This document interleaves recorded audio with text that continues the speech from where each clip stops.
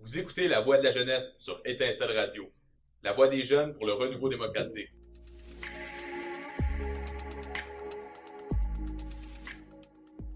Pour le mois d'octobre, Étincelle Radio diffusera une série d'émissions, de commentaires, d'opinions et d'analyses qui porteront sur le 50e anniversaire de la proclamation de la loi sur les mesures de guerre. Joignez-vous à la discussion en nous envoyant par courriel ou via Facebook vos suggestions et vos commentaires.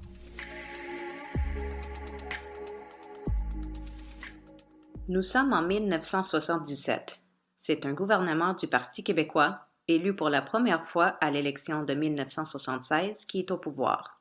En juin 1977, le gouvernement met sur pied la commission d'enquête sur des opérations policières en territoire québécois, aussi connue sous le nom de la commission Keeble. La commission est chargée d'enquêter sur les agissements policiers au Québec qui ont suivi la crise d'octobre, survenue en 1970. La décision du gouvernement a été prise à la suite des événements suivants. Le 26 juillet en 1974, Robert Sanson, gendarme de la GRC, membre de l'escouade antiterroriste conjointe du Québec et du service de la sécurité de la GRC, est blessé par l'explosion d'une bombe devant la résidence du président de la compagnie Steinberg, M. Melvin Daubrin, à la ville de Mont-Royal. En interrogatoire, l'agent Sanson dit qu'il s'était rendu à cet endroit pour y rencontrer un informateur et qu'il avait été blessé par l'explosion d'un colis suspect qu'il avait ramassé. Le GRC dément officiellement tout lien avec l'activité de Sanson et le rapporte à la police de Montréal. Le commissaire des incendies du Québec, qui interroge Sanson, ne croit pas à sa version des faits et Robert Sanson est accusé d'avoir placé une bombe. Au cours de son procès, qui a eu lieu en 1976, Sanson fait des révélations sur ce qu'il appelle l'opération Bricole.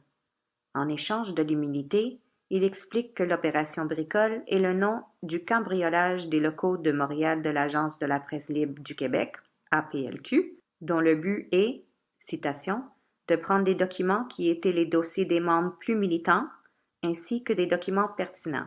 Fin de la citation. Il explique que la PLQ, citation, avait toujours eu une assez grande liste de militants de gauche du Québec. Fin de la citation.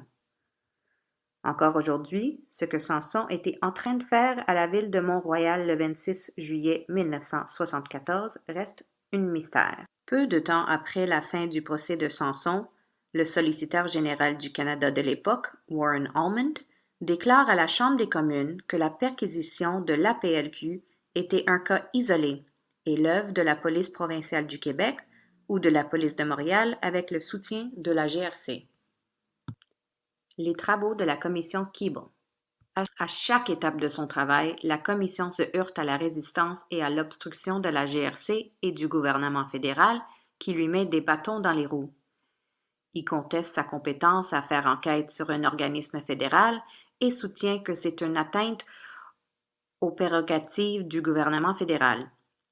Finalement, le gouvernement Trudeau obtient un jugement de la Cour suprême qui déclare l'enquête inconstitutionnelle. Même si un grand nombre des sales opérations dont il est question étaient dirigées contre le peuple du Québec. On accuse la commission Keeble d'enfreindre la loi sur les secrets officiels.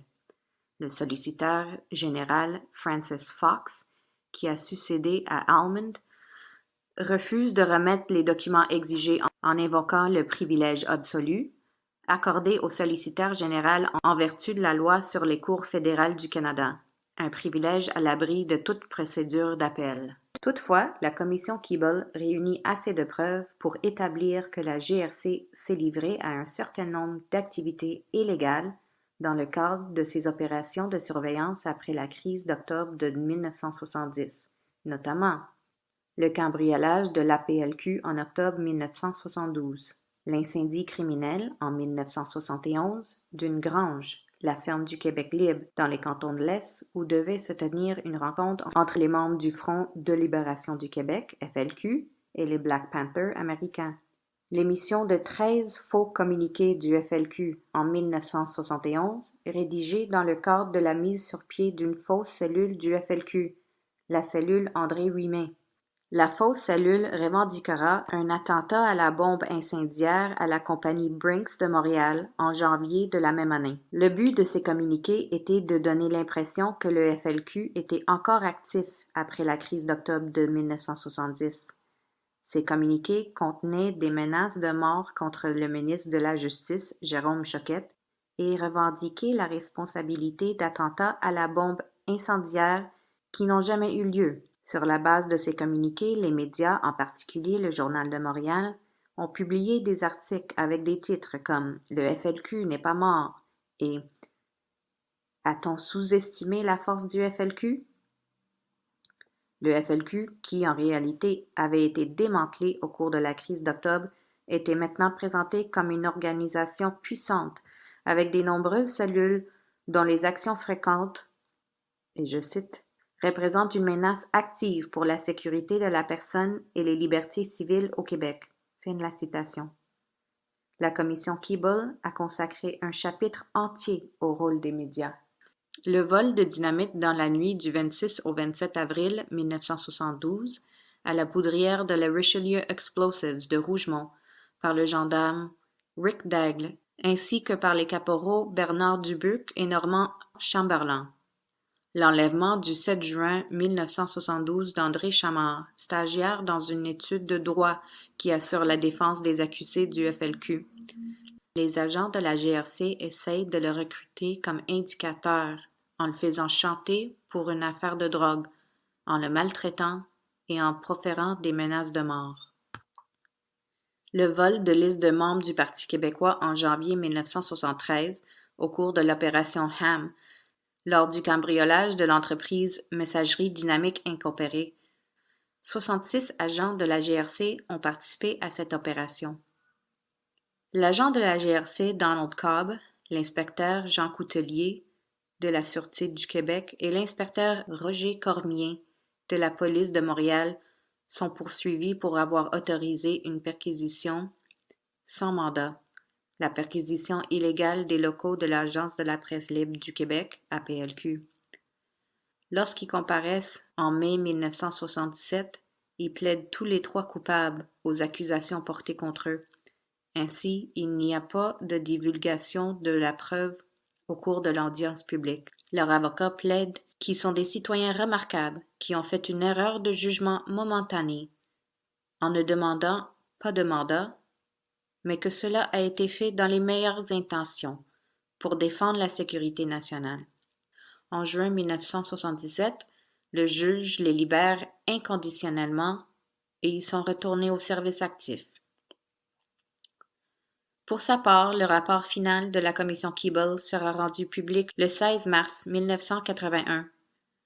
Le président de la commission, Jean Keeble, y conseille, entre autres, de poursuivre aux criminels les policiers qui ont pratiqué des activités illégales entre 1971 et 1973 sous prétexte de lutter contre le terrorisme au Québec.